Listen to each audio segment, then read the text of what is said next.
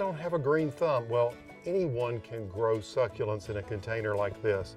So what I've done is I've taken a potting soil that is designed for containers. Now I've filled this with soil up to within about an inch here of the top rim. There's a little bit of moisture in the soil. You can see it's not dry. If it's powder dry, you want to make sure you add moisture. And now it's just a matter of selecting some of these wonderful succulents, and there's so many to choose from. We're going to use 3 today. I'm going to use a sedum, and that's going to be the center point. And what I'm going to do is I'm going to tear into the roots here a little bit and break it up, just like that. What I love is this beautiful gray foliage with just touches of red. You can see that has this beautiful burgundy striping, looks like a leopard print.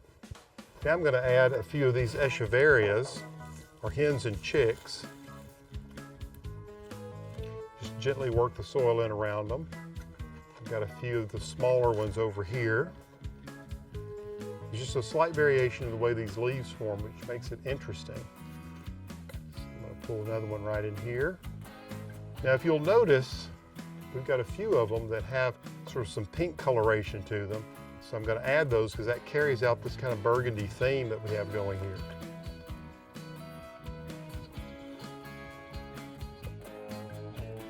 These are as easy to grow as just popping them in the container and pulling a little soil around them.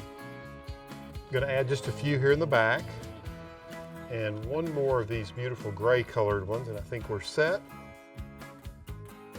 Now that I have all my plants in place, it's a matter of top dressing, if you will, the soil. I don't like to see the bare soil, so I use gravel. Now you can use any kind of mulch you like. In this case, using this sort of caramel colored gravel. And you may break a few limbs off as you go along, but if you do, that's okay, because what's fantastic about these succulents is often you'll see a little baby plant emerge right at the point where it breaks off, so you can stick that in the soil and you'll get another succulent. Now it's just a matter of cleaning up this beautiful container and finding a home for it. What I love about this particular container is the color resonates and harmonizes so well with this selection of succulents.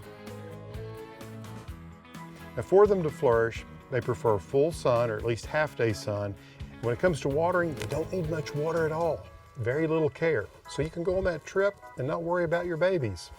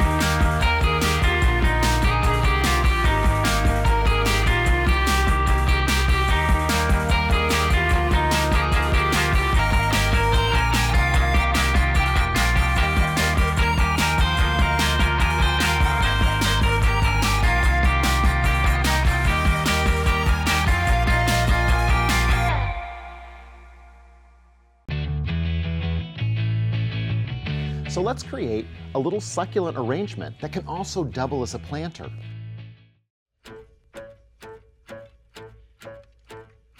because our succulents have been cut off and we're going to use them in this, I've placed some wet flower foam down inside. They'll actually be able to root into this planter, right into the foam. And then we can add different accents that go with them. We'll start by preparing them. So on the back, you see that these have been cut off. If we have any dead or bad-looking leaves, we'll peel those off. And then I'm just going to use a skewer, and I'm going to insert it right into the center of that succulent. It'll act like a stem when we arrange it in here. So we'll do that with all of these.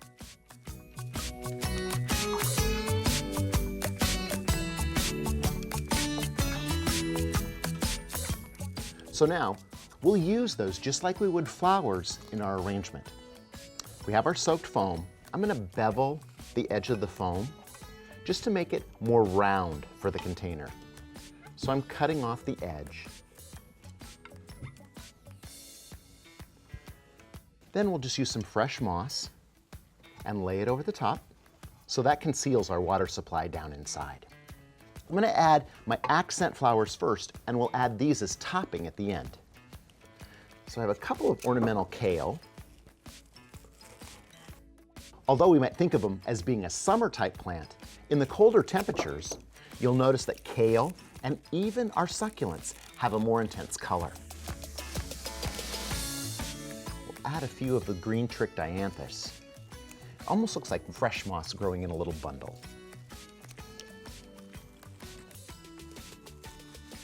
So this provides our base, and now we'll add our succulents. Trim the stick, and then we can stick that stick down into the foam and nestle them right in place. Bring some over to the edge. That stick allows us to place them exactly where we want them to go.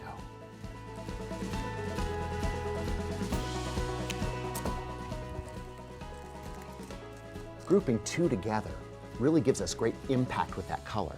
So sometimes I'll keep those light colors together.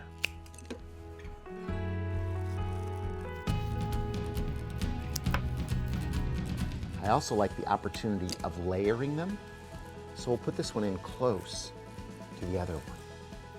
So they're almost stacking on top of each other. It's the same way you might see them out in a planter outside. These are scabiosa pods, and they'll dry wonderfully. So we'll just use those as a little textural accent.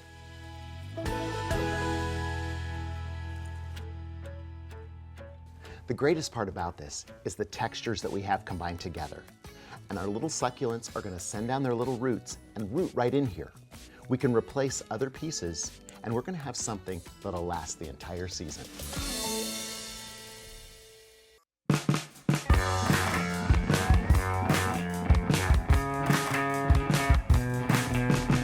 Hey, look at these succulents. Aren't they adorable? I just love these little guys.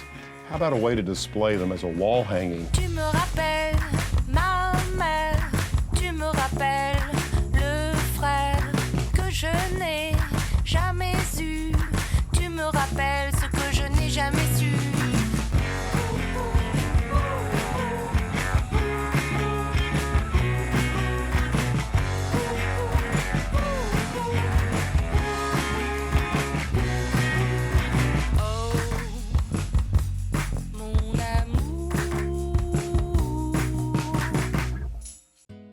This is a great little plant to have around. If you think you can't grow house plants, you got to try a jade plant. Jade is actually a succulent, and you can tell by these really thick leaves that it has, really beautiful glossy leaves. It's one of the great characteristics of this plant. Now, one of the things that's important to recognize about jade is that you can overwater it very easily. You see, you only want to water it in the growing season about every 10 to 20 days, and you just want to make sure that the soil is moistened, and you don't want it to sit in water. What I've noticed here with mine is you can see that it's already producing some of these little aerial roots. You can see here, they're coming out. And that tells me that I could actually start some new jade plants, and it's really easy to propagate these. And let me show you how. So I'm going to take 1 part just potting soil. This has a lot of humus in it, mainly in the form of peat moss. And the white in this is perlite, and it's there to help with really good drainage. And I'm gonna mix this to 1 part sand, okay? I'm gonna get that all worked in together. The sand is slightly moist, so it's adding some moisture to the potting soil. When I get all this blended together, I've got really what I want. You can see that that's very sandy soil. There's no chance of these little young plants sitting in too much water as long as I don't keep the saucer filled with water. All right, so then I'm gonna take this container. I'm just gonna fill it with some of this sandy soil like this. And then I'm gonna step over here and clip off a piece of this jade plant. And I'm gonna take it right above a leaf node or a segment where the leaves come out. And you'll notice on the plant that the leaves are one across from each other. So I'm just cutting it just above that point. So I've got this stem, and I'm just gonna take off these little side leaves like this. Because what I want is a long piece of stem, just like that. You can see those little roots coming off the end. And really, then all I have to do is take it, push my finger in the soil, and push that stem all the way in like this. And get it all nestled in. And then I'm just gonna add just a little bit of water so I can get off to a good start. And that's really all there is to it. And it'll be amazing how fast this will grow. I can also take these leaves and fill up these little containers like this, these little tiny pots, which I think are really cute.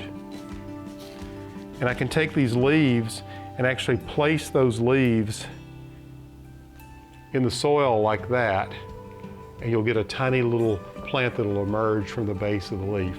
This plant is so cool, and I recommend if you don't have one, you get one. It's going to become just almost a household pet. Look at these succulents inside this terrarium. All you really need are a few basic ingredients, and you can come up with your own little garden. When you're making terrariums, you can make them really any size you want. This one's very simple.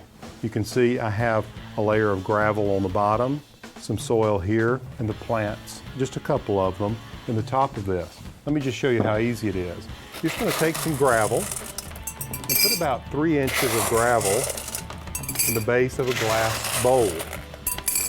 And then take a soil that's specifically blended for succulents. You'll find that this soil is very loose and porous, which is exactly what you want if you want to grow beautiful cacti. So in goes the cactus. Just want to break up the soil just a little bit, place it in the center, and then I'm going to add a few smaller succulents around the base of it. These gardens can go for weeks, maybe a month, maybe 2 months without any water at all. Now I'm going to finish up this little garden just by adding one more plant here and give it just a splash of water.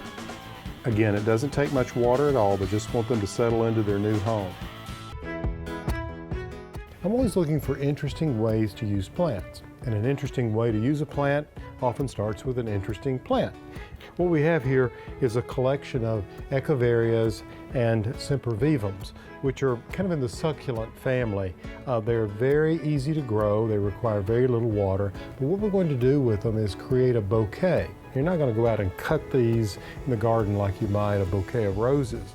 This idea, I know, is a little bit of a mind stretch, but if you wanted to do a really funky sort of bridals-made bouquet, this is the ticket, because these plants I think are so cool. You want to start with a plant like this and just take the soil off of it gently. You just want to put it in the water like this, tease the soil away just like that.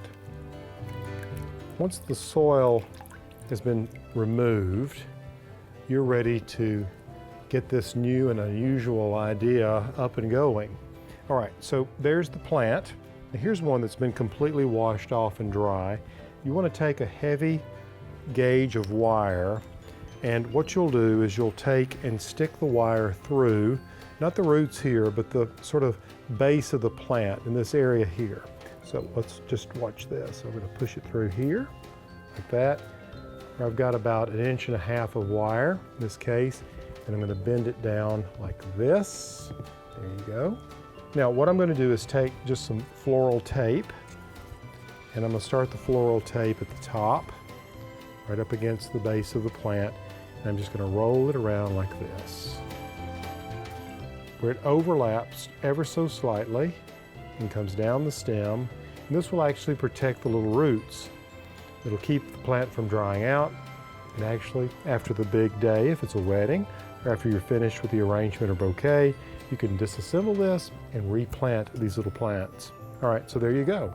So as you can see, I've already been underway with getting lots of these flower stems prepared. So now it's just a matter of arranging the bouquet. I'm going to start with this large one, and I'm just going to begin to group them and cluster them together very tightly, like this.